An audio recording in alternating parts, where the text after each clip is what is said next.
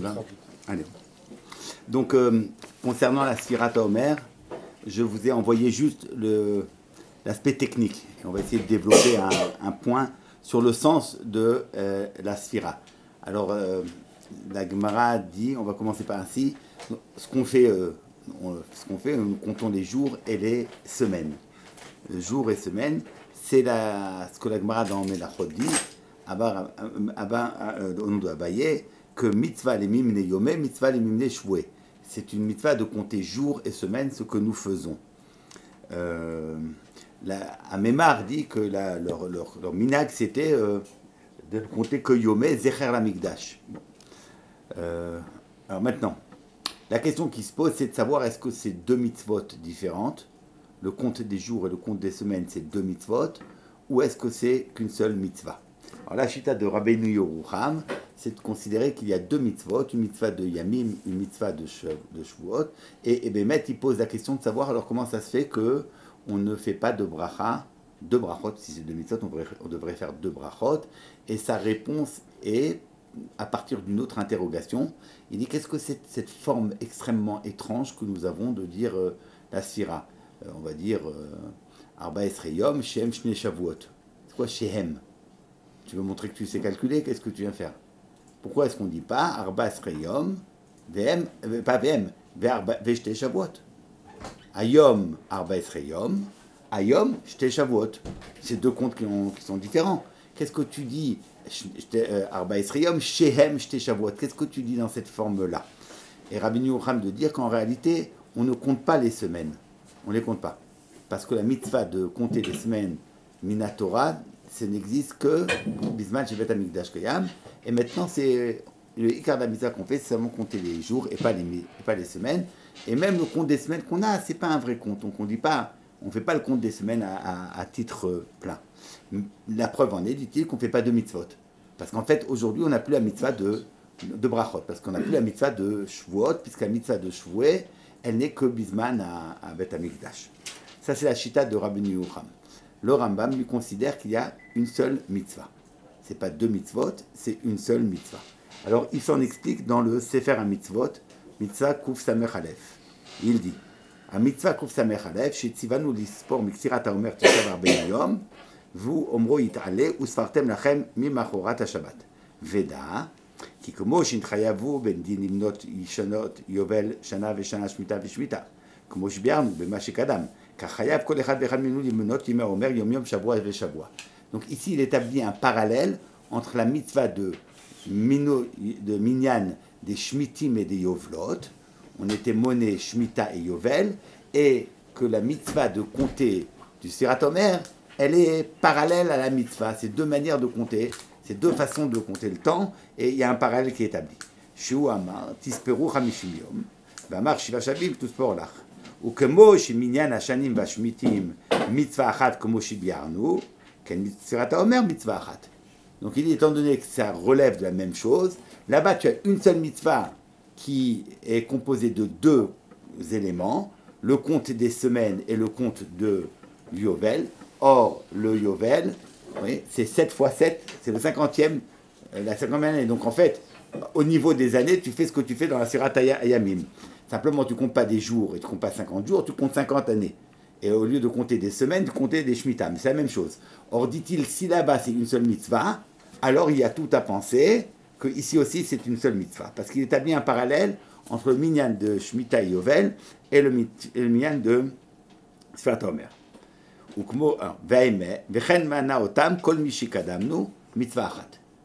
Tous mes prédécesseurs dans le Sefer Mitzvot, dans le compte des mitzvot, ils considèrent que c'est une seule mitzvah.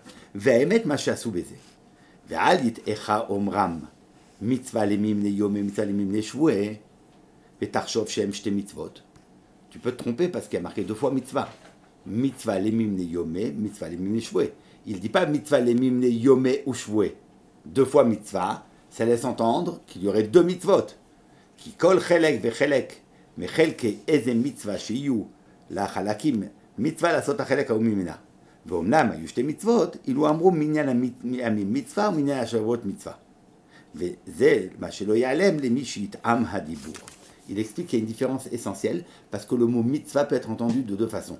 soit mitzvah au sens de commandement, de mitzvah, mitzvah tassé, une des tariag mitzvot, soit mitzvah au sens de nécessité, de devoir. Tu dois. Par exemple, il peut y avoir une mitzvah, mais qui implique dans cette mitzvah beaucoup de choses. Tu dois faire beaucoup de choses pour faire ta mitzvah. Donc, tu dois concrètement réaliser plusieurs actes, mais tous ces actes que tu dois faire, c'est uniquement pour faire une seule mitzvah. Alors, quand tu dis mitzvah le mimne yomé, mitzvah le mishne shuvoé, dit le Rambam, ça ne signifie pas qu'il y a deux mitzvot, mais tu as une nécessité de compter les jours et une nécessité de compter les semaines pour réaliser une seule mitzvah. Donc, le mot mitzvah ici n'est pas à entendre au sens de une des tariag mitzvot. Mitzvah au sens d'obligation. Mitzvah le mimne yomé, mitzvah le mimne shuvoé, ça veut dire que tu as une obligation de compter jour et nuit. Et dit le Rambam, si ça avait été le contraire, s'il y avait marqué Minyan Ayamim mitzvah, Minyan Shavuot mitzvah, quand tu mets le mot mitzvah à la fin de la phrase, à la fin de la proposition, sa mitzvah signifie la mitzvah. Puisqu'elle ne vient pas te dire ce que tu dois faire. Elle vient dire voilà, le Minyan des jours et mitzvah. Donc là, le mot mitzvah signifie mitzvah des tariag mitzvot. Mais comme Abaye n'a pas dit Minyan Ayamim mitzvah, il a dit mitzvah les mimne yomé, alors ça ne veut pas dire qu'il y a deux mitzvot, c'est une seule mitzvah. Voilà, ça c'est. Il dit Vezelo machelo ya'alem le mishit am adibour, c'est une chose qui n'échappera pas à celui qui a quelques sens dans le dibour, qui connaît le lachon. Si tu as une expérience du lachon à Kodesh, tu ne te tromperas pas là-dessus. Il n'empêche qu'il n'a quand même pas expliqué pourquoi le Rabaye dit mitzvah les mimne yomé, mitzvah les mimne shoué, et il n'a pas dit tout simplement mitzvah les mimne yomé ou shoué. Puisque voilà. Qu'est-ce qu'on perd? Puisque c'est pas deux mitzvot, c'est une seule. Pourquoi il ne dit pas dans une seule proposition mitzvah lemine yomé ou shvoué? Ça, il n'explique pas. Donc il semblerait qu'il y a quand même une nécessité de distinguer minyan ayamim, minyan mitzvot. Comme s'il y avait deux choses. Pourtant, c'est une seule mitzvah. Ça, il n'explique pas. Ça, il faut qu'on l'explique. D'accord? Après, ve'araya brura alze. Ça, c'est un morceau important parce que c'est une agdara. Araya brura alze, la preuve très claire que c'est une mitzvah et pas deux, et yotenu monim à Shavuot gamken bechol laila, puisque toutes les soirs de la semaine, on compte les Shavuot. Beomrenu shem kar vekar Shavuot vekar yamim. C'est machloket rishonim, mais c'est ça la shita revacha dans les rishonim. Rabbeinu Bechaye déjà ramène, on dit Ben Ezra et d'autres que c'est comme ça qu'on faisait. On compte, et c'est ce qu'on fait aujourd'hui, on compte on rappelle les semaines, même au milieu de la semaine. On ne dit pas les Shavuot juste première semaine, deuxième semaine, troisième semaine. Au cœur même d'une semaine, par exemple le 10e jour, tu diras 10e jour, Shem Shavuot Achat B'Shlosha Yamim. Et tu ne dis pas simplement, on aurait pu dire, tu n'émasquires les Shavuot qu'une fois par semaine, à la fin de chaque semaine. Donc, au 7e jour, on dira Shem Shavuot Achat. Après, 8e, 9e, 10e, tu ne dis rien, tu dis que les jours. Tu arrives au 14e jour, tu dis 2 semaines. De nouveau, tu ne dis rien. Tu arrives au 21e jour, tu dis 3 semaines. Ce n'est pas ce qu'on fait. On rappelle le compte des Shavuot tous les jours. D'accord? Araya Brua Alze Yotenu Monim HaShavuot Gamken Bechol Laila Beomrenu Shem Kar Vekar Shavuot Vekar Vekar Yamim. Au cœur même de la semaine, on dit il y a tant et tant de semaines, tant et tant de jours. Ve'ilu hayu Shavuot mitzvah bifnei atzma, lo hayu mesadrim minyanam ki im belele HaShavuot. והיינו אומרים שתי ברכות, אשר חידשו מצוותיו וזנו על צוות אומר ועל צורת תשובת האומר ואין הדבר כן. Si c'était deux mitzvot, et pas une seule, alors on aurait rappelé la semaine qu'une fois par semaine. Voilà. Donc en fait, qu'est-ce qu'il dit Rambam? On a une question de savoir, est-ce que le minyan des Shavuot et des Yamim, c'est une ou deux mitzvot? Dit le Rambam, sache que si c'était deux mitzvot, tu ne ferais le compte des semaines que toutes les 7 jours. Mais tu n'as aucun sens de dire que le 10e jour, rappelez les Shavuot. Pourquoi? Puisque c'est une mitzvah indépendante. A priori, on ne voit pas vraiment quel rapport. Qu'est-ce que ça change? Est-ce que c'est deux mitzvot ou une? Pourquoi ça change de savoir que je vais rappeler le 10e jour la semaine ou pas? Qu'est-ce que ça change? Tu as un problème. Tu veux savoir, est-ce que le 10e jour, je n'ai pas encore une semaine entière? Est-ce que je dis quand même que c'est une semaine et 3 jours ou je dis pas? Dit le Rambam, ça dépend. Si c'est deux mitzvot, faut pas le faire. Si c'est une mitzvah, il faut le faire. Pourquoi? Pourquoi ça dépend de ça? En fait, l'explication, elle est suivante, c'est la plus simple, hein, et c'est très important parce que ça donne une agdara de l'affaire. Quand on parle de compter, d'accord? Compter semaine et compter les jours, il y a deux choses. Il y a deux perspectives. Il y a l'objet qui est compté et la mesure avec laquelle on compte. Vous voyez? Qu'est-ce qu'on compte et comment on le compte? Par exemple, je peux considérer que je vais mesurer l'eau qui se trouve dans cette bouteille. Donc je sais très clairement qu'est-ce que je dois mesurer, l'eau qui est dans la bouteille. La question, c'est de savoir avec quelle mesure je vais le faire. Je vais le faire en décilitres, en millilitres, en centilitres. J'ai toutes sortes de manières et de mesures à appliquer pour pouvoir compter une seule et même chose. Mais l'objet qui va être compté, lui, il est déterminé. C'est l'eau qui se trouve dans cette bouteille. D'accord? Est-ce que, quand on nous parle de la sphira des Yamim et des Shavuot, est-ce qu'on doit entendre les choses ainsi? L'objet qui est compté, il est clair, c'est le jour. Tu trouves le 13e jour, tu comptes ce jour-là. C'est une journée. Simplement, tu appliques à ce moment-là, tu appliques deux comptes, deux mesures. La mesure de la semaine et la mesure des jours. Mais les jours et semaines sont deux mesures. Première manière d'entendre. Mais l'objet qui est compté, c'est toujours le même objet. L'objet qui est ce 14e jour, ce 15e jour.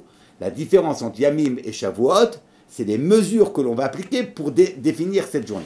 Ou bien, tu as une autre perspective complètement différente, que tu comptes deux choses. L'objet qui est compté, c'est deux objets différents. Tu comptes le nombre de jours, tu comptes le nombre de semaines. C'est pas que tu définis le jour où tu te trouves, tu donnes au jour où tu te trouves deux caractéristiques. Je vais te définir et caractériser ce jour-là. Nous sommes dans un jour, voilà, et je vais caractériser ce jour-là selon deux définitions. Jour et semaine. Non, non, j'ai deux comptes complètement séparés. L'un, je m'adresse et je compte les jours, l'autre, je compte les semaines. De telle sorte que la différence entre jour et semaine, ce n'est pas une différence dans la mesure que j'emploie, mais dans l'objet qui est compté. Pour Rambam, il est évident que c'est de cela que dépend la question de savoir si c'est deux mitzvot ou pas. Si tu comptes deux choses différentes, c'est deux mitzvot. Si tu comptes la même chose, mais tu appliques à la chose comptée deux mesures, ben donc tu n'as fait qu'un seul compte. Comme si tu définissais la chose par deux critères. Tu veux déterminer une personne, on va déterminer toutes les personnes ici par leur âge et leur taille. Mais qu'est-ce qu'on définit? Les personnes qui sont présentes. On les définira par deux critères, l'âge et la taille. Ça, c'est la même. Donc ça serait une seule mitzvah. Par contre, si c'est deux mitzvot, ça signifie qu'en fait, tu comptes deux choses différentes. Dit le Rambam, si Béhémet, tu comptais deux choses différentes, donc tu comptes les semaines, mais tu ne peux pas compter une semaine, le 16e jour, ça n'a pas de sens. Le 16e jour, il n'y a pas de semaine encore. Les semaines, c'est des entités qui viennent toutes les 7 jours. Alors qu'est-ce que tu fais le 16e jour? Tu me dis 2 semaines et 2 jours, ça n'a pas de sens. Il n'y a pas encore de semaine qui s'appelle 16e jour. Il n'y a pas. Donc ça n'a pas de sens. Si tu dis que tu vas dire le 16e jour, Ayom, Shavuot, Veshne Yamim, c'est-à-dire qu'en fait tu définis le jour selon deux mesures. La mesure des journées, c'est 16 jours. La mesure des Shavuot, alors combien tu mesures en Shavuot? C'est en fait 2 semaines et demie. 2 semaines et 3/4. Et donc c'est ça ce qu'on dit. 2 semaines et 2 jours, ça veut dire 2 semaines et 2/7 de la semaine prochaine. Et c'est pour ça qu'on doit compter, même au milieu de la semaine, on doit compter en semaine. Par contre, si c'était 2 mitzvot, donc c'est pas que l'objet du décompte est différent. Donc c'est pas que tu définis la journée selon 2 mesures, mais que tu as 2 comptes différents. Donc tu ne devrais pas faire le compte des semaines tous les jours, tu devrais le faire toutes les semaines. De là à prendre le Rambam, c'est une seule mitzvah. Voilà. Ça c'est la preuve du Rambam. Donc qu'est-ce qu'on entend? On entend que la mitzvah de Yom et Shavua, c'est 2 façons différentes d'aborder, d'appréhender la même réalité. Il y a une réalité que l'on vit, qui est notre journée, et on va décrire cette réalité selon 2 définitions. On va la décrire comme une journée, comme une semaine. Et ce sont 2 réalités complémentaires. C'est en même temps une journée, en même temps une semaine. C'est en même temps, je la compte, c'est la même réalité, c'est le même objet. Je le compte en semaine, je le compte en jour. Comme si je compte l'eau qui est dans cette bouteille en centilitres et en millilitres. C'est la même chose que je compte, mais selon 2 dimensions. Ici aussi. Et la question c'est de savoir, mais alors quel intérêt ça a? Pourquoi définir le temps selon deux modalités différentes? Pourquoi donner une double description à la même chose? Le même moment, tu lui donnes une caractéristique de jour et une caractéristique de semaine. Quel est le sens? Voilà la question qui se pose. Si on veut encore plus... oui. Là, l'objet, c'est, enfin, la comparaison avec l'eau est un peu embêtante parce que là, l'objet, c'est pas le jour, c'est le nombre de jours. Oui. Qu'on décrit son bien sûr. Un nombre de jours ou un nombre de semaines. L'objet, c'est pas jour. C'est le nombre de jours, évidemment. On compte le nombre de jours. On compte le volume général. Voilà, le volume de l'eau. Tu comptes pas un jour, tu comptes la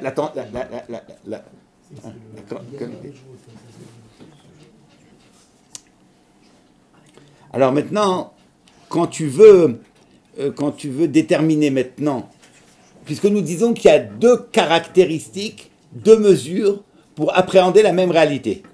Donc deux façons de mesurer, de définir une seule et même réalité qui est ce temps que j'ai en face de moi. Qu'est-ce qui est plus important? Est-ce que c'est égal? Est-ce que c'est de la même importance?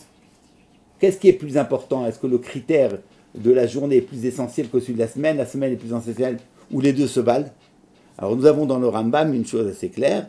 Le Rambam, lorsqu'il donne la mitzvah au début de Ilchot Milim ou Musafim, alors il dit, l'ispor, vous l'avez ici, l'ispor kol ish ve'ish, shiv ha-shavuot miyom akravat ha-omer. Comptez 7 semaines. Voilà. Mais il ne parle pas des jours, du tout.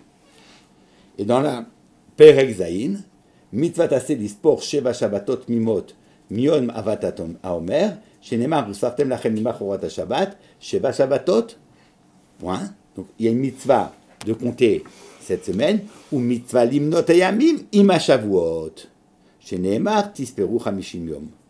C'est une mitzvah de compter les jours avec les semaines. Yamim im ha-shavuot. Quand tu dis yamim im ha-shavuot, c'est-à-dire que l'essentiel c'est la shavua, et le yamim c'est auxiliaire.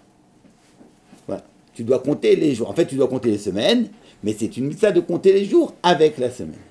Donc on ne peut pas mettre sur un même pied jour et semaine. Ça n'a pas la même valeur. On ne peut pas dire mitzvah lemimne yome ou shvue. Ça serait faux. Parce que ça n'a pas le même sens. Donc on dit mitzvah lemimne yame, mitzvah lemimne shvue, parce que ça n'a pas la même résonance. C'est pas juste, c'est pas gratuit. On ne te demande pas de faire deux choses. C'est pas qu'on te dit tu vas mesurer ton eau en millilitres et en décilitres. C'est pas ça. Pas ça, c'est la même chose. Non, c'est pas la même chose. Il y a deux sens différents et avec une hiérarchie. Voilà pourquoi on ne peut pas dire dans la formulation de la mitzvah, mitzvah lemimne yome ou shvue, qui semblerait dire que c'est égal. Non, il y a mitzvah lemimne yome, mitzvah lemimne shvue, c'est pas la même chose. Donc il nous faut comprendre pourquoi Shavuot c'est plus essentiel, et si c'est essentiel la mitzvah de Shavuot, pourquoi est-ce qu'on a besoin des yamim? Voilà, alors, comment on organise ça? Les poskim s'affourent. Quoi? Les poskim s'affourent que s'il a compté les jours, il ouais. est tzed. Ouais. Beth Levi, ouais, dans le Mishnah Bois. Ouais. Ça s'explique aussi.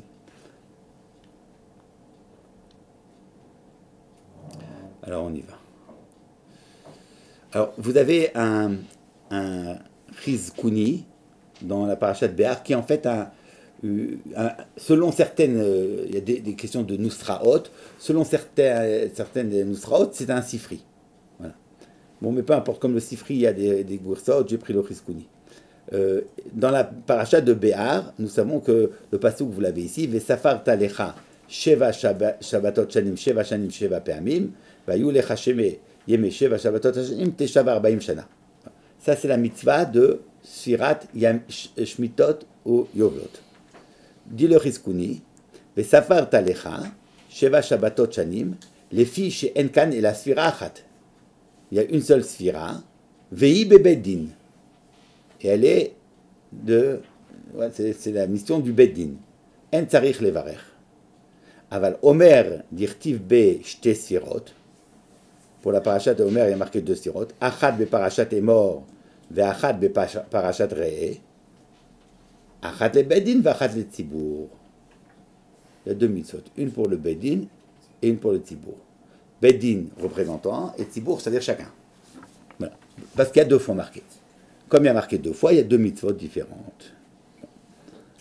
Alors, Hein?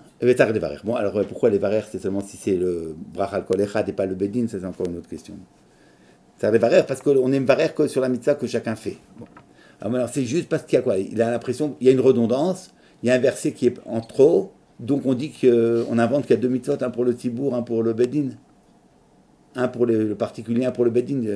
D'où on invente ça? Comment ça s'entend? Comment est-ce qu'on fait du simple fait qui est marqué deux fois, on peut en déduire qu'une c'est pour le bedin et une c'est pour le tibour? En fait, si vous regardez les deux versets, les deux psukim, alors dans Parashat Emor, vous avez Usfartem lachem mimachorat ha-shabbat miyom aviachem et omer atenuva sheva shabbatot emimot tiena, et dans Parashat Re'eh shev ha-shavuot tisporlach me'echel chermesh vakama. Donc ce qui est bolette, ce qui apparaît d'emblée, c'est que la forme grammaticale du verset change.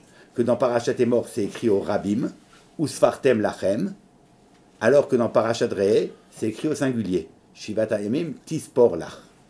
Et il se peut que ce soit ça l'articulation qui a permis au Chizkuni d'établir ce qu'il dit. Je rappelle la proposition du Gaon de Vilna dans Aderet Eliyahu.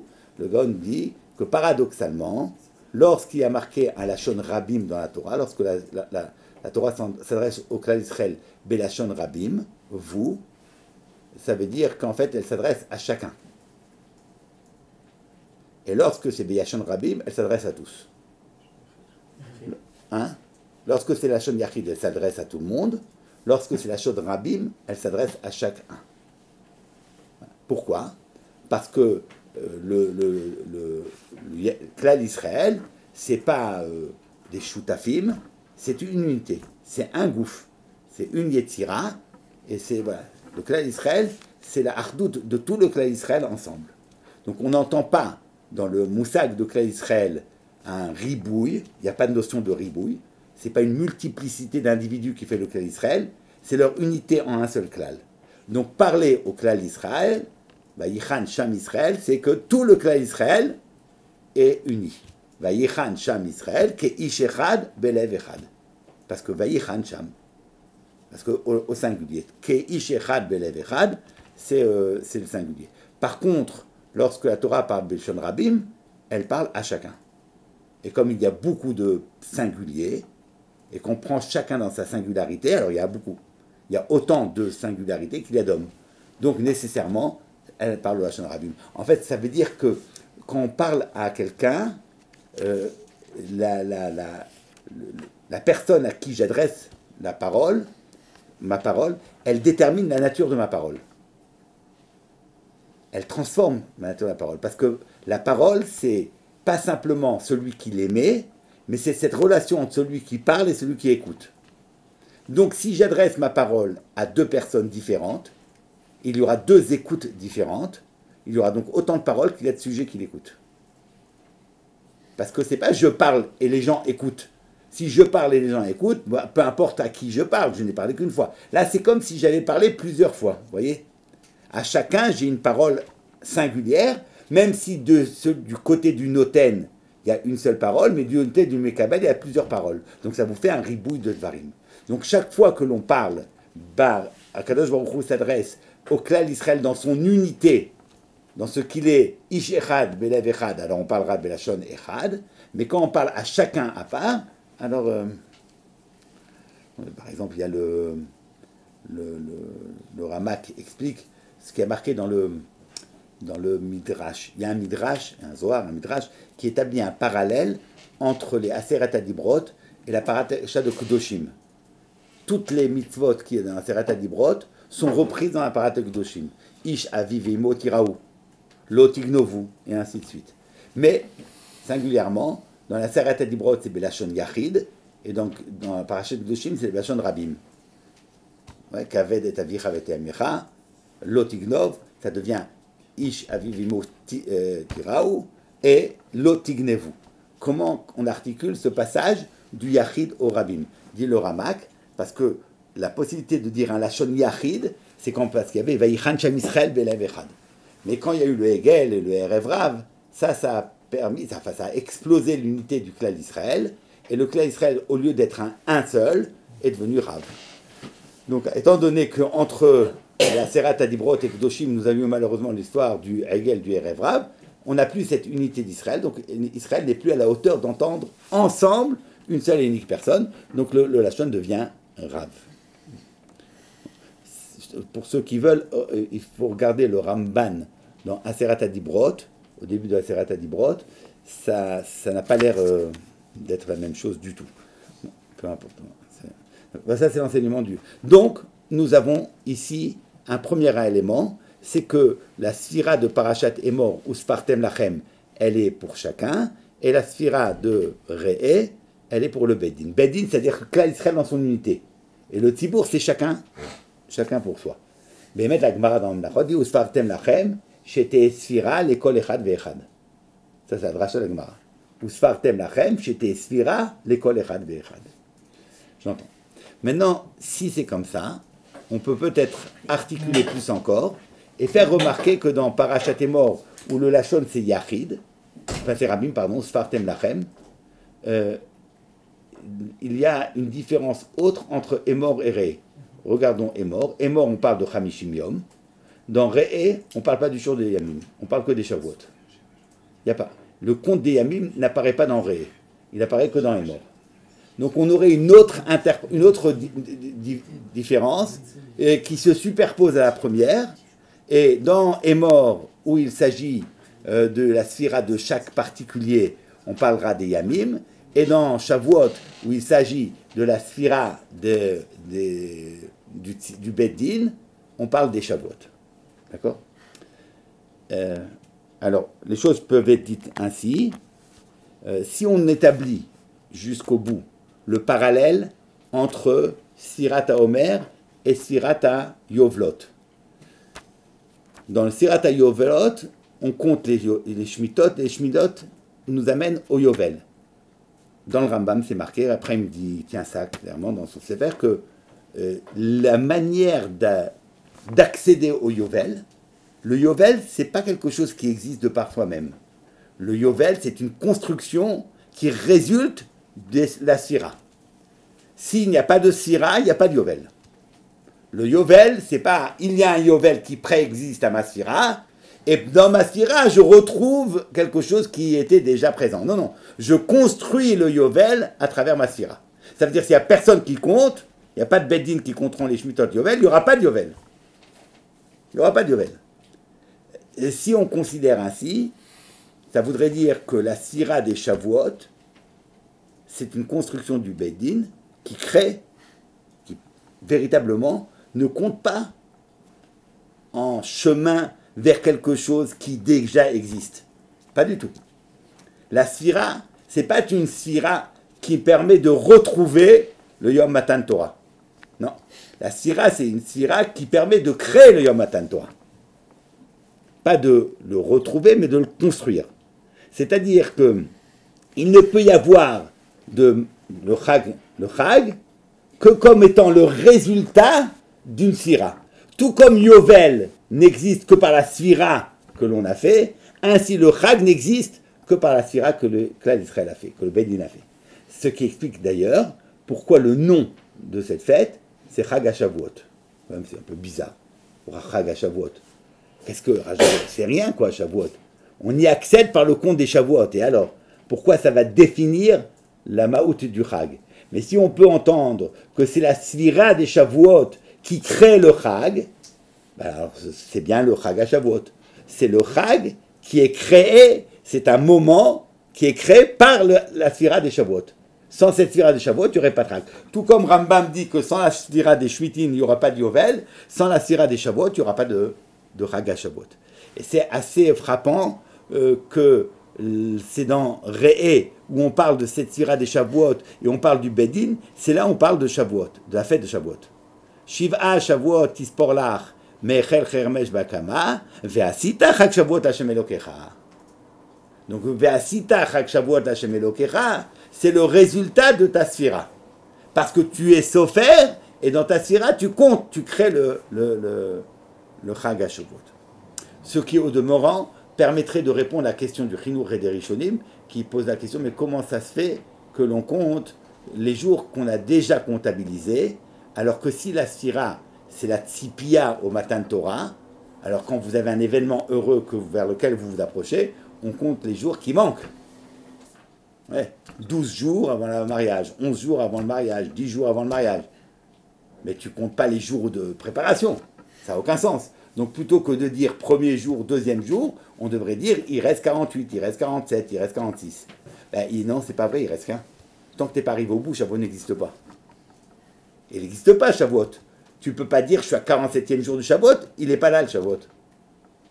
Pour l'instant, tant que tu n'as pas fait ta sphira, Shavuot n'existe pas. Tu as des milliers, des années-lumière de Shavuot.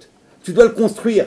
Tu dois l'amener Yesh Me'ayin, ce Shavuot. Tu ne peux pas poser un Shavuot qui existerait déjà au préalable et à partir duquel, en vertu duquel tu ferais ta sphira. C'est pas vrai. Le Shavuot n'existe pas encore. Donc tu es obligé de compter ce que tu as. Ça, tu l'as. Les Yamim, tu les as. Donc on aurait une façon de construire le Shavuot comme étant la manière que l'on a d'accéder au Chag HaShavuot. Et ça, c'est le propre du Beit Din. Ça expliquerait pourquoi c'est le propre du Beit Din. Pourquoi c'est le propre du Beit Din? Parce que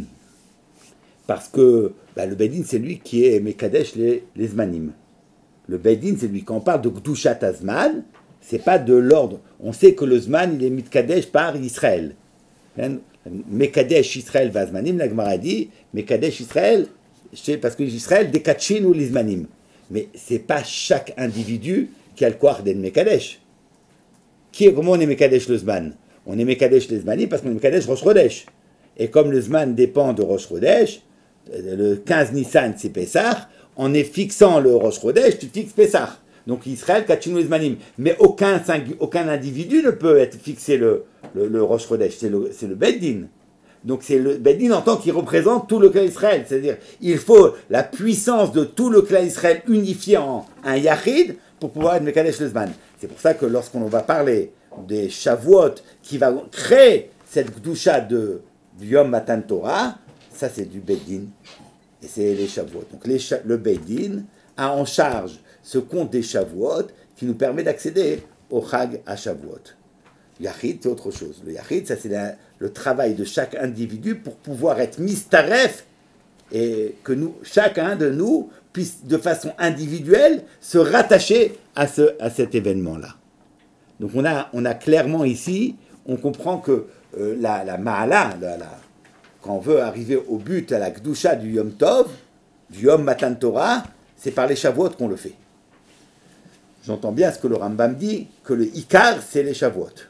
C'est la sphira des Shavuot, pas la sphira des Yamim. C'est la sphira des Shavuot qui permet d'accéder à la Gdusha du Chag HaShavuot et pas la sphira des Yamim. Alors si vous regardez la Gemara dans Chagiga, c'est pas du tout comme ça que ça se passe. La Gemara, elle semble dire complètement différent, et c'est plutôt comme Rabbi Yochanan, parce que la Gemara dit qu'il y a la sphira des Yamim qui aboutit au Chag Atzeret, et la sphira des Shavuot, c'est toujours vous faites un compte. C'est toujours, quand vous comptez jusqu'à la lisière de quelque chose qui dépasse votre compte. Et bien, ce quelque chose qui dépasse et que vous avez à peine effrôlé, que vous êtes arrivé à la bordure de cette chose-là, ça c'est le makom d'Akdusha. Quand je compte 49 jours, j'ai touché quoi? Ce qui est au-dessus de 49 jours, 50e jour. Donc, Mané Yamim, Kadesh Atzeret. Les 49 jours donnent Akdusha du Atzeret. Par contre, Mané Shavuot, je compte 7 semaines, je vais à la bordure de quoi? Qu'est-ce qu'il y a après la 7e semaine? Il n'y a pas le 50e jour. Il y a la 8e semaine. Ah oui. Après 7 semaines, il y a la 8e semaine. Et là, ça serait la 8e semaine qui serait une semaine particulière qui est pour les corbanotes, qui est Shiva Yamim, on peut amener les corbanes. Donc ça a l'air de dire que pas du tout comme ça. Et c'est de mettre la chita de Rabbi Yochanan. Il faut expliquer comment le Rambam s'arrange avec ça, mais c'est pas mon propos ici. Mais vous l'avez ici dans la Gemara Haga, c'est aussi la Gemara dans Rosh Hashanah la même.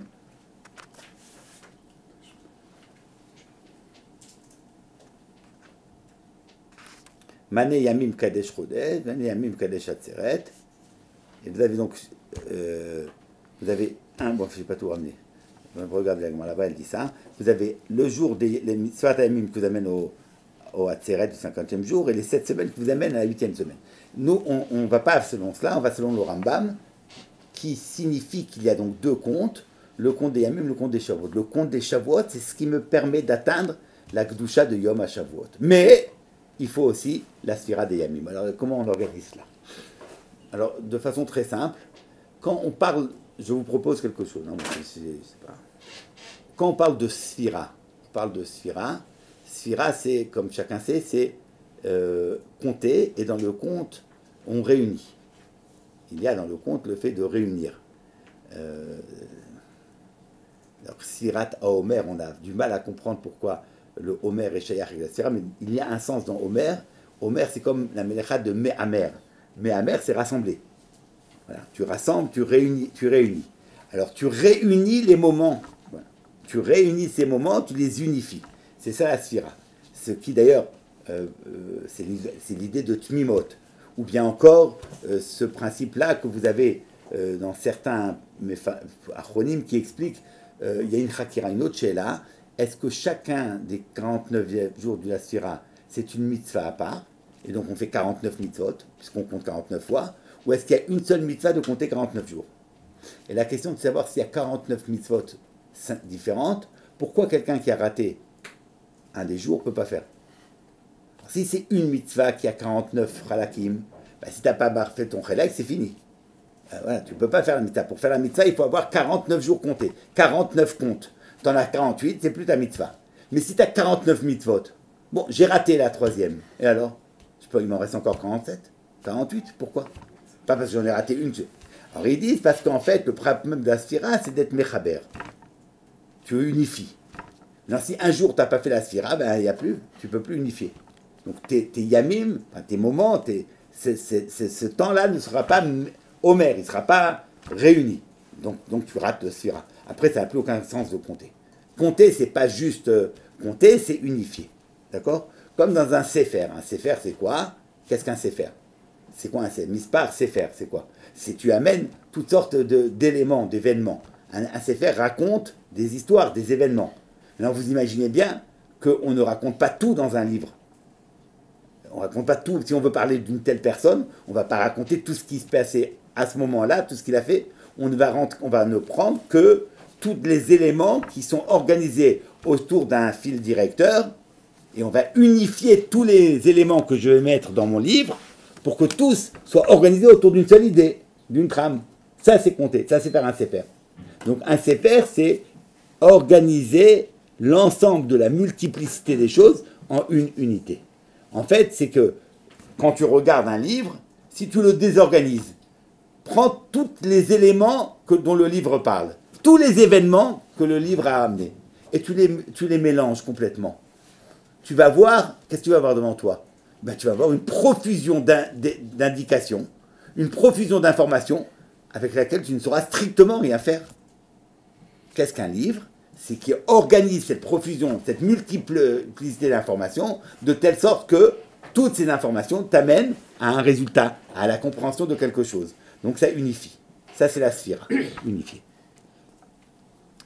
Mais il y a un autre élément dans la sphira. Il y a dans la sphira un élément où tu singularises. Tu singularises, ça veut dire que tu dis chaque jour, c'est un jour à part. Pour pouvoir compter, tu unifies, mais il faut unifier des singularités.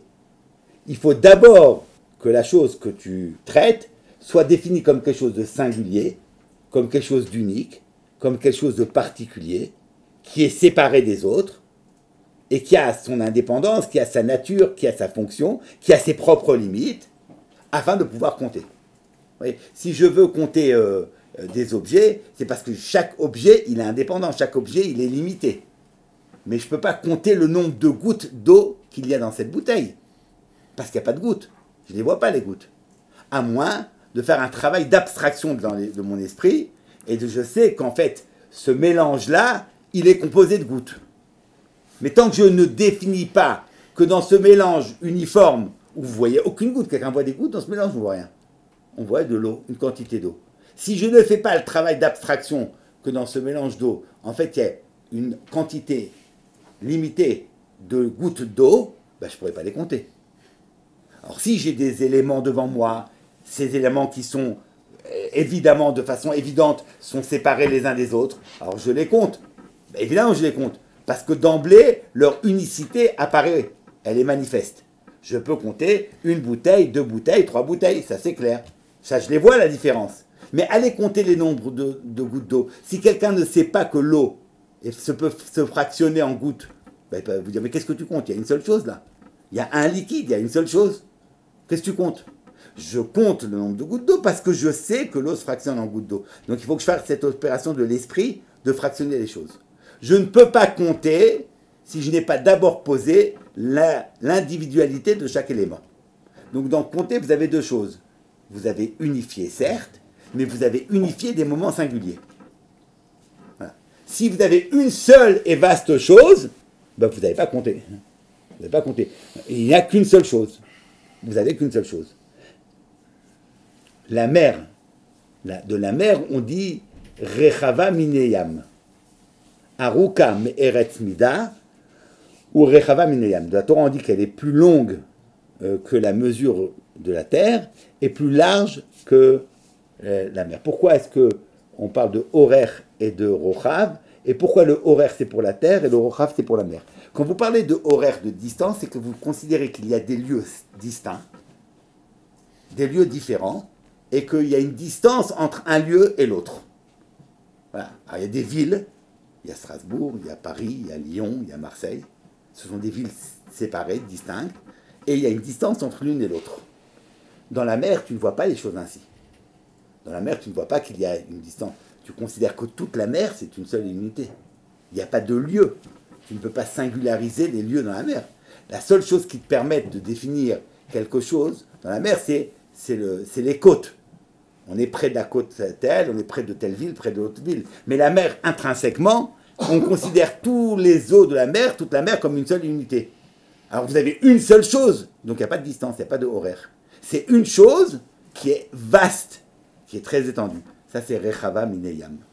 Pour compter, il faut qu'il y ait séparation. Il faut qu'il y ait des moments séparés. Sinon, tu ne peux pas les compter. Tu poses qu'il y a des moments séparés, et après, tu les comptes. D'accord?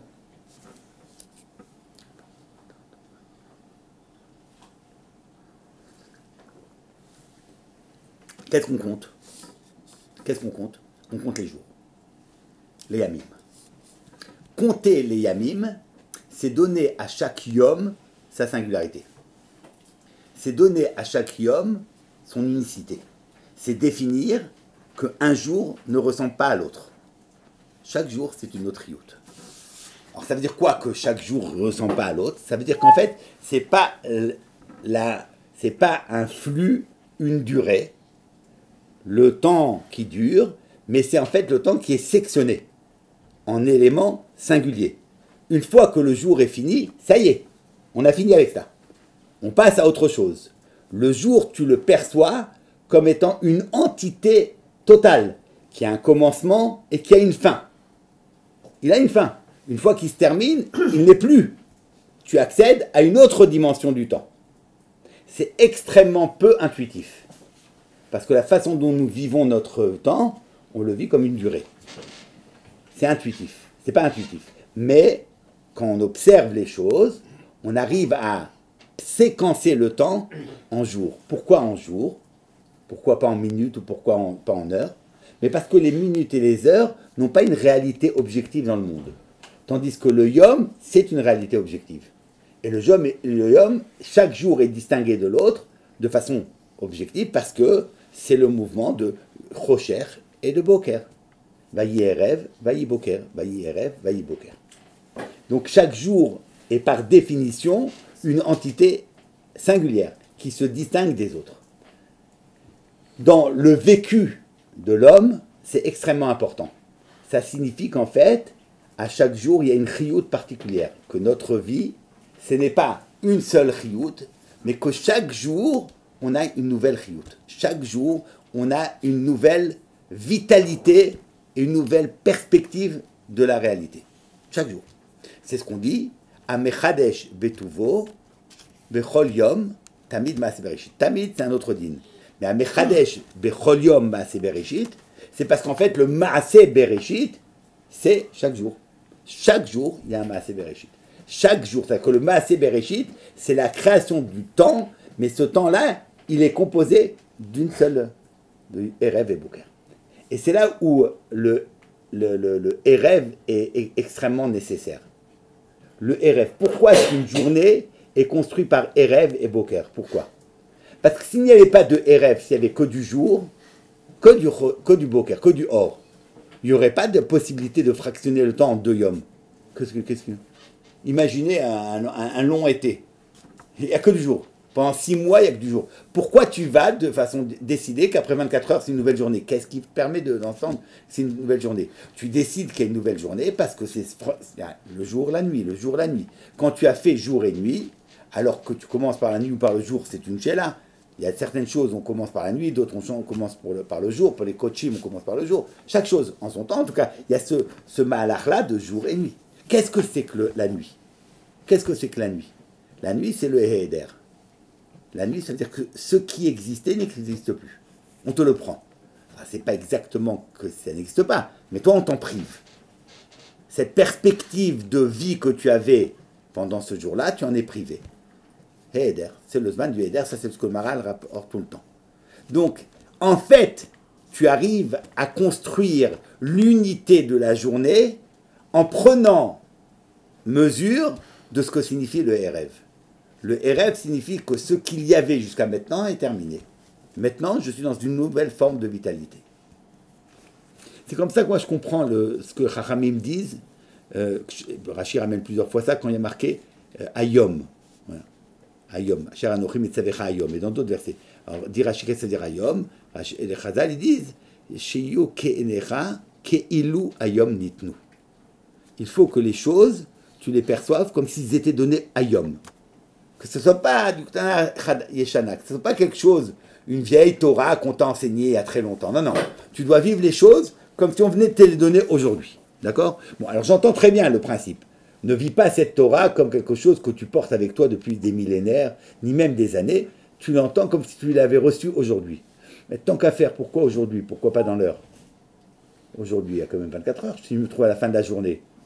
Pourquoi, si on veut déjà me dire que c'est maintenant que tu l'as reçu, pourquoi Keilou Ayom? Pourquoi on ne dirait pas Keilou Achat, Keilou Archav Nitna? C'est encore mieux. Parce qu'une journée, ça peut permettre d'émousser quand même les sentiments. Hein. Or, si tant qu'à faire, et on veut me faire vivre l'actualité cruciale de l'instant, mais pourquoi parler de jour? Pourquoi Ayom? Pourquoi Ayom? Mais parce qu'en fait, ce n'est pas une question de moussard de te dire... Non, pourquoi est-ce que c'est Nitnou Ayom? Pourquoi est-ce que les choses sont Nitnou Ayom? Qui Ilou Ayom Nitnou? Mais Bémet, pourquoi? C'est pas vrai. Ce n'est pas vrai. Pourquoi Qui Ilou Ayom Nitnou? Pourquoi? C'est pas vrai, ça a été donné une fois, c'est pas Qui Ilou Ayom Nitnou. La réponse, elle est simple. Ça a été donné hier, mais moi, je suis quelqu'un d'autre. C'est pas que ça a été donné tous les jours. Il y a une seule Netina. Mais cette Netina se décline selon les moments de ma vie différents. Puisque chaque jour, c'est une autre vie pour moi, une autre vitalité. Donc cette même mitzvah, cette même Torah qui m'a été donnée il y a 2 mois, eh ben chaque mois, chaque jour, elle va être vécue de façon différente. Pourquoi? Mais pas parce qu'on est en train d'évoquer qu'il y aurait une netina de la Torah que tu ne connais pas. Mais écoute bien, en fait, la Torah, elle t'est donnée aujourd'hui. C'est pas ça ce qui est marqué. La Torah, elle t'a été donnée une fois. Mais cette Torah qui t'a été donnée une fois, tu la vis tous les jours dans une actualité pressante, brûlante, parce que c'est toi qui vis ta journée comme quelque chose de nouveau. Puisque Mechadesh Bechol Yom Tamid, donc chaque jour, c'est une vitalité différente. Mais on ne peut pas dire Ke'ilu Asha Nitnu, parce qu'il n'y a pas Mechadesh Bechol Shah, il n'y a pas de Shah au niveau du Chilouche. Donc ça ne serait pas vrai de dire Ke'ilu. Alors si c'était simplement une façon d'être mésarèse, et de te dire, voilà, prends conscience que c'est cher, c'est important, comme si ça avait été donné maintenant. Bon, alors tant qu'à faire, on devrait parler de l'instant. Mais c'est pas de ça dont on parle. On veut dire que Kilu Ayom Nitnu, parce que mettre la Metsiout du Yom, c'est une Metsiout de Chaim Chadashim. Donc en fait, vivre le jour, c'est s'opposer à la notion de durée. La durée. La durée, c'est ça le grand problème. La durée, c'est les choses sont là parce qu'elles sont là. Alors qu'en réalité, la journée qui est ainsi faite par Yom Valaïla, c'est une façon que la Torah, elle a, Akadosh Baruch Hu et le monde, il m'a mis dans un monde pour me formater l'esprit et penser mon temps comme étant quelque chose qui se régénère, qui est chadash tout le temps. Et le temps n'est pas une durée. Le temps n'est pas une durée. La grande illusion, c'est que les choses perdurent. Elles ne perdurent pas, rien ne perdure. C'est pas parce que la chose était là qu'elle le sera encore. C'est pas parce que la chose était là hier qu'elle l'est maintenant. Si elle est maintenant, c'est à nouveau mechadesh, c'est un chidouche. Et ça, c'est le principe même d'appréhender le monde et d'appréhender mon temps comme étant quelque chose qui est chaque fois nouveau. Si je ne vis pas ça, donc j'ai pas de yamim. J'ai pas de yamim. Si j'ai pas ça, j'ai pas de yamim à compter. Qu'est-ce que tu comptes? J'ai un seul moment, j'ai une grande... Je vis. Je vis. Je vis. J'ai une durée qui est longue. Alors, qu'est-ce que je vais compter? Je ne peux pas compter. Il n'y a rien de singulier à compter. Il n'y a pas des unités différentes à compter. Qu'est-ce que tu comptes? C'est comme si tu comptais les heures. Tu ne peux pas compter les heures. C'est pas vrai, il n'y a pas d'heure. Dans le vécu humain, il n'y a pas d'heure. Tu vas compter des heures. Ça correspond à rien dans ta vie. Alors, tu ne peux pas compter les jours. Compter les jours, c'est la première chose. Ça, c'est la sphère des yamim. Tu ne sais pas sauf faire les yamim, alors tu ne peux rien compter. La première chose. Mais là, à partir de là, il y a le deuxième élément. Et le deuxième élément, c'est que tu dois unifier. Et là, vous entendez que c'est paradoxal. Parce qu'on vient de compter et de signifier la singularité de chaque jour. Donc je viens de dire que chaque jour ne ressemble en rien ni au précédent ni au suivant.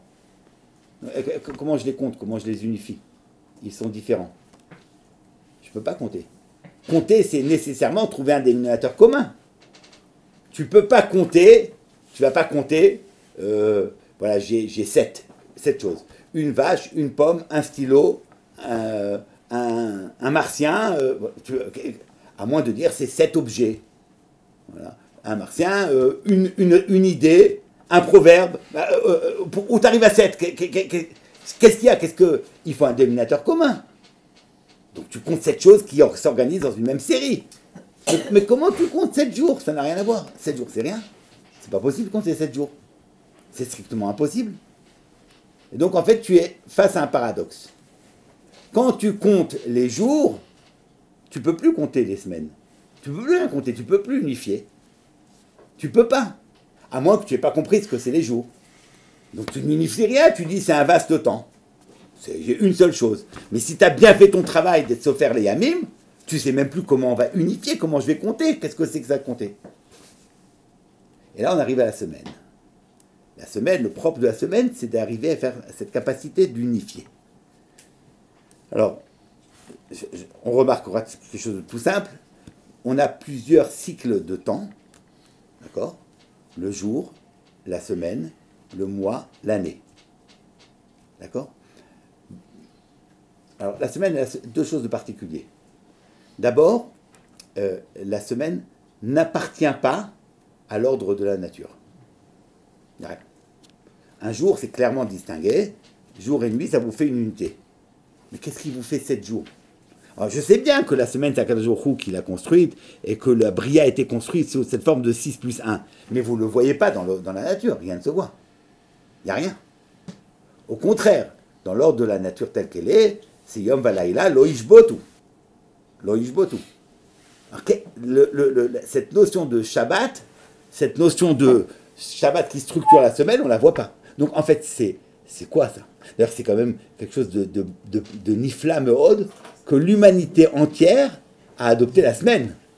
Qu'on ait adopté les jours, je veux bien, mais la semaine. Et même pas la semaine, qu'on commence tous dimanche, lundi. Bon, c'est quand même, c'est sous les influences du christianisme, je ne sais pas trop, mais enfin, quelque chose de particulier.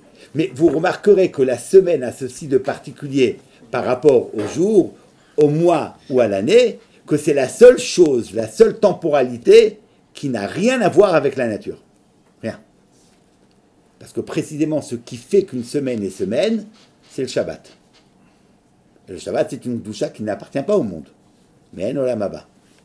S'il n'y avait pas de Shabbat, il n'y aurait aucun sens de compter une semaine. Ça n'a pas de sens. On ne peut pas compter une semaine s'il n'y a pas de Shabbat. On ne peut pas. La semaine, c'est le Shabbat qui donne l'unité des 6 jours. Ça, c'est une chose. Un autre élément, c'est que la semaine, qui donc n'appartient pas à l'ordre de la nature, elle est constituée par 7 jours. C'est en fait, arriver à la semaine, c'est construire une unité de 7 jours. Quand tu as par exemple l'année ou le mois, ben ça n'a rien à voir avec les jours. L'année, c'est pas tant et tant de jours. Les mois, c'est pas tant et tant de jours. Le mois, ça a un cycle particulier, c'est le cycle de la lune. Ça n'a rien à voir avec les jours en tant qu'unité. C'est faux de dire dans le mois, c'est X journées. C'est pas ça. Et il est faux aussi de dire l'année, c'est tant de jours. C'est pas ça le principe de l'année. Par contre, la semaine, ce n'est que ça. Qu'est-ce qu'une semaine? 7 jours. 7 jours. Donc c'est quand même assez paradoxal. Tu as une semaine dont la nature et l'essence même, c'est d'être construite sur le principe du jour, mais précisément la semaine est ce qui, par rapport à d'autres contes, échappe totalement à l'aspect, on va dire, naturel, inscrit dans le monde de la journée et des autres façons de régulariser le temps. Qu'est-ce que ça signifie? Que la semaine, précisément, c'est la possibilité d'unifier un temps qui est par soi-même différent et singulier. La capacité de dépasser, de s'élever, de transcender l'aspect séparé et fractionné du temps en unifiant tous ces moments différents dans une même série, dans une même temporalité. Qu'est-ce qui fait que la semaine unifie tout cela? Qu'est-ce qui fait? Qu'est-ce qui fait? Qu'est-ce que j'ai le Shabbat pour que ça m'unifie la semaine? Le Shabbat. Alors, le Shabbat, ça termine la semaine. Mais j'aimerais qu'on comprenne qu'il y a une différence essentielle entre la façon dont Shabbat termine une semaine et la façon dont le jour se termine. Quand le jour se termine, pourquoi il se termine? Pourquoi il n'y a pas? Parce que c'est fini, c'est terminé, il n'y a plus. Il n'y a plus. Ce cycle est terminé. Il n'y a plus où aller. Le cycle est terminé. Il y a par exemple, la nuit arrive, le jour est terminé. Il n'y a plus de jour. Donc on entend bien que les jours sont fractionnés parce qu'ils sont finis, ils n'existent plus. Le mois, ce cycle du temps est terminé, c'est tout. Mais dans la semaine, il n'y a rien qui est terminé. Rien. Donc en fait, la semaine, c'est une césure, quelque chose qui vient par ailleurs. Qu'est-ce qui fait? Qu'est-ce qui fait que ça se termine? C'est pas que c'est terminé, c'est que on est arrivé au but. On a touché à la finalité. On n'a plus besoin. Dans la journée, tu n'arrives pas au second jour, pas parce que tu n'as pas besoin d'un autre jour, mais parce que l'autre jour n'existe pas, c'est une autre réalité. Le Shabbat, en réalité, c'est quoi? Tu es dans les journées. Il n'y a aucune raison que les jours ne se succèdent pas les uns aux autres. Pourquoi tu t'arrêtes? Parce que tu n'as plus besoin. Tu n'as plus besoin d'aller nulle part. Pourquoi tu veux continuer à marcher? Pourquoi tu veux continuer ce processus alors que tu es déjà arrivé au Tachlit? Donc c'est une autre manière de terminer. Quand on dit que le Shabbat c'est le col et que le Shabbat c'est la fin, c'est pas une fin au sens où on n'a plus rien, c'est une fin au sens de finalité, de but. Ce que dit bien la notion de Shabbat, Sheyu kol melartecha, keilu kol melartecha asuya, il faut que tout soit terminé. Tu n'as plus besoin, tout est fait, tout est déjà réalisé. C'est une autre manière d'appréhender la fin. La fin, c'est pas il n'y a plus. Oh, il n'y a plus, c'est normal, c'est une fin. Non, il y a tout, mais j'ai plus besoin. J'ai plus besoin parce que je goûte maintenant à l'ultime finalité, au Tachlit. Qu'est-ce qui permet d'unifier les jours de la semaine alors que chacun est différent? C'est pas dans leur singularité propre, c'est dans le Tachlit commun qu'ils ont. Le Tachlit, le même Tachlit qu'ils partagent ensemble, les unifie. Donc je ne peux pas unifier le jour si je suis encore, tant que je suis dans la perspective du jour et que je n'ai pas intégré la perspective du Tachlit, tant que je suis dans la perspective du Ta'alir, du processus, de la Avoda, il n'y a aucune raison que la Avoda s'arrête. Pourquoi elle s'arrêterait? Tu continues à travailler toute ta vie. Et alors? Il n'y a pas de vacances, il n'y a rien, ça n'existe pas. Tu continues, tu cravaches, et encore, et encore. Pour pouvoir dire qu'il y a quelque chose prend fin, c'est parce que j'arrive au Tachlit. Il faut intégrer la dimension du Tachlit dans mon temps pour que j'arrive à unifier. Autour du Tachlit, tout ce que j'ai fait prend forme. Arrive la personne et il veut compter, unifier. Alors nous avons dit que pour unifier, il faut singulariser et unifier. Alors il dit Ayom, Arba Esrei Yamim Laomer. Arba Esrei. Je ne sais pas une seule vaste durée. J'ai 14, et chaque jour est différent. Shehem, Shte Shavuot. Rabbi Yocham, il dit, mais qu'est-ce que c'est que ce Shehem? C'est quoi là? Tu fais le beau, tu montres que tu sais le calcul. Tu sais calculer, bravo. C'est quoi Shehem? Shehem, ça veut dire, je veux maintenant réaliser l'unité. Je ne peux pas réaliser l'unité tant que je suis dans les Yamim tout court. Shehem, Shne Shavuot. Et le Shne Shavuot me permet d'unifier mes Arba Esrei Yamim. Voilà pourquoi j'ai besoin nécessairement, dans le même compte, d'avoir deux perspectives. Celle du Yom et celle du Shavuot. Celle de la singularité et celle de l'unité. Yom, c'est singulariser mon temps. Shehem, Shte Shavuot, c'est je vais dépasser cette fraction du temps en moments de chiyut, de vitalité différente, en les unifiant dans un regard commun, dans une finalité commune. Donc je dis Shehem, Kar Vekar Shavuot. C'est ça les deux dimensions de la Sphira. Qu'est-ce qui est le plus essentiel? C'est quoi le plus essentiel? C'est la Shavuot. C'est le but, c'est la façon.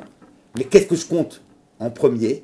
Ce qui est vraiment, ce que je dois compter, ce qui ressort de ma avoda à moi, là où c'est d'abord mon temps, les Yamim.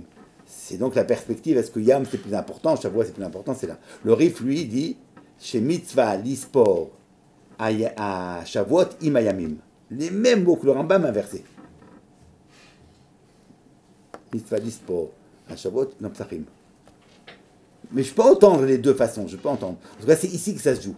Il y a quelque chose de plus, on va dire, plus accessible à l'homme dans le Yamim, mais l'unité des Yamim se fait en fonction des Shavuot.